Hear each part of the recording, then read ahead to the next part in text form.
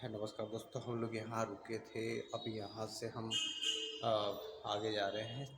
हम जाएंगे गंज बासोदा और वहाँ से सीधा ग्वालियर निकलेंगे। वो रास्ता सीधा ग्वालियर, मुरैना, मुरैना ग्वालियर और अपना वो आगरा, मथुरा, आगरा दिल्ली, वो वाला रास्ता जाएंगे। तो अभी हमारा संघर्ष रखा है और हम निकल रहे हैं। अब आगे चलते हैं। गुड मॉर्निंग, जय हिंद। यहाँ से गंज बासोदा पड़ेगा लगभग 49 किलोमीटर। हमें गंज बासोदा जाना है, उसके बाद हम आगे की यात्रा करेंगे क्योंकि वहाँ हमारे साथी हमारा इंतज़ार कर रहे हैं। तो चलिए देखते हैं आगे चल के।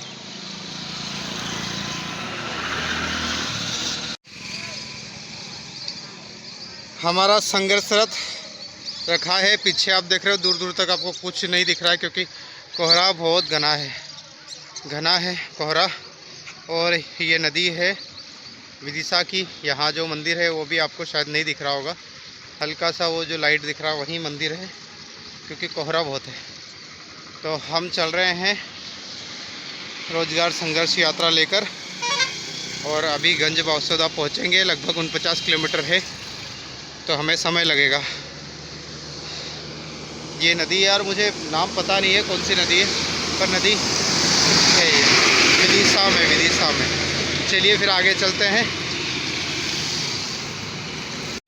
यह है सतधारा नदी और गांव का नाम है करासिया।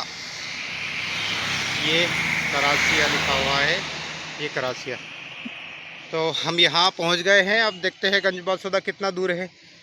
तो हम निरंतर आगे बढ़ रहे हैं। आप है रोजगार संघर्ष यात्रा के साथ में भोपाल से दिल्ली तक प्रधानमंत्री महोदय से मिलने के लिए।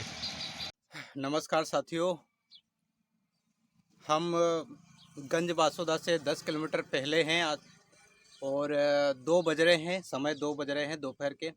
ये रोड कंस्ट्रक्शन का काम चल रहा है, इसलिए आसपास कोई वृक्ष नहीं है। एक रूम है यहाँ पर, तो ये जो रूम, इसकी छाँव में मैं आकर बैठा हूँ। थोड़ी सी छाँव है।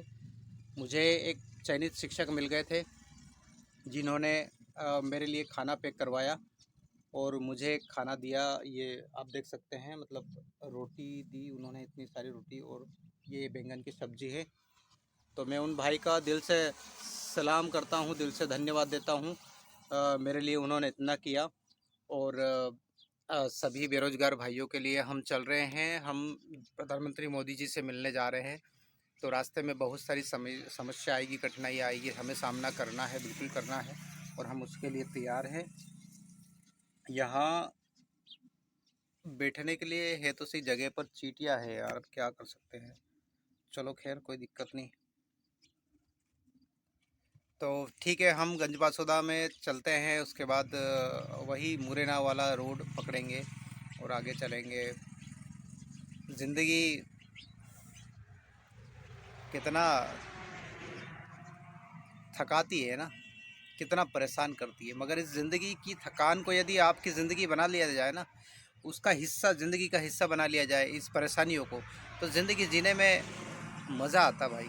समस्याओं को भी गले लगाने में मज़ा आता। फिर ये मेरी ज़िंदगी में तो ये समस्या ही मेरा जीवन बन गई है। अब अब बस अब लगता नहीं ऐसा कि मैं समस्याओं में जी रहा हूँ। मुझे लग रहा है कि मैं असल में ज़िंदगी जी रहा हूँ, मुझे ऐसा लग रहा है। ठीक है भाइयों, हमारा संघर्ष रथ उधर सामने खड़ा है, देख सकते हैं आप, संघर्ष रथ वो खड़ा सामने। तो ये है भोजन भाई ने जो दिया हमको, पानी की बोतल मेरे साथ है। रोड थोड़ा सा उधर है, मैं इधर आया हूँ रूम में।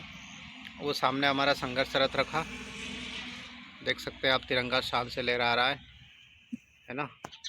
और छोटी सी जगह है, यहाँ पर मैं आके बैठा हूँ और यहाँ चींटियाँ भी है, पर क्या करें। चलिए खाएंगे, खाना तो खाएंगे। चलिए ठीक है।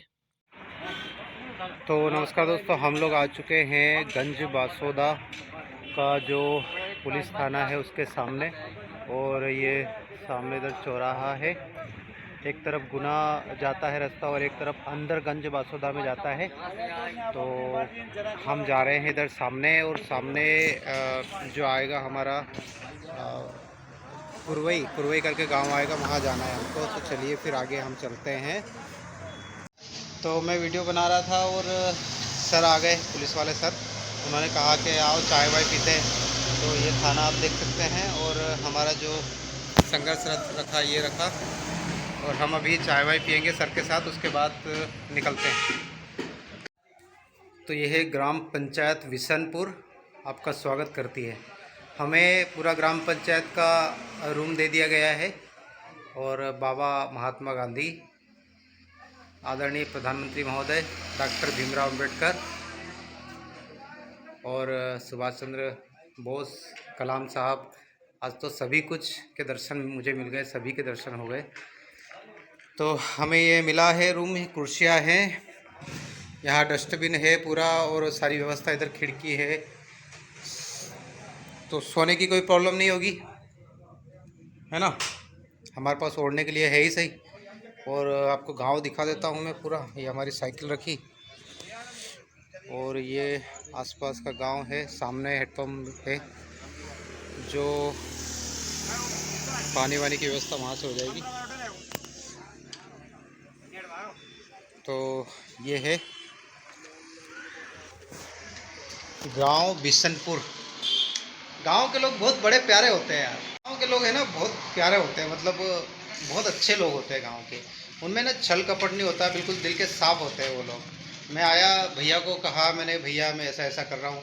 बोले अरे यार हम है ना, बोले आप किस दिन काम आएंगे। तो उन्होंने सरपंच से बात करके चाबी मंगवाई, और सरपंच महोदय ने भी मना नहीं किया। एक बा साहब थे, उन्होंने मुझे मोटिवेट किया, मैं दिल से धन्यवाद देता हूँ उनका भी। और ये सारी व्यवस्था हमारे लिए की, थैंक यू यार। अब बिस्तर तो हमारे पास है नहीं, और कुछ खाना बनाने वाला कुछ भी नहीं है, तो उन्होंने बोला कि मैं खाना लेके आ रहा हूँ, खाना मंगवा रहा हूँ, और सोने की व्यवस्था यहाँ हो ही जाएगी। तो आगे आगे प्रकृति कर रही ना, हमारा साथ दे रही ना प्रकृति।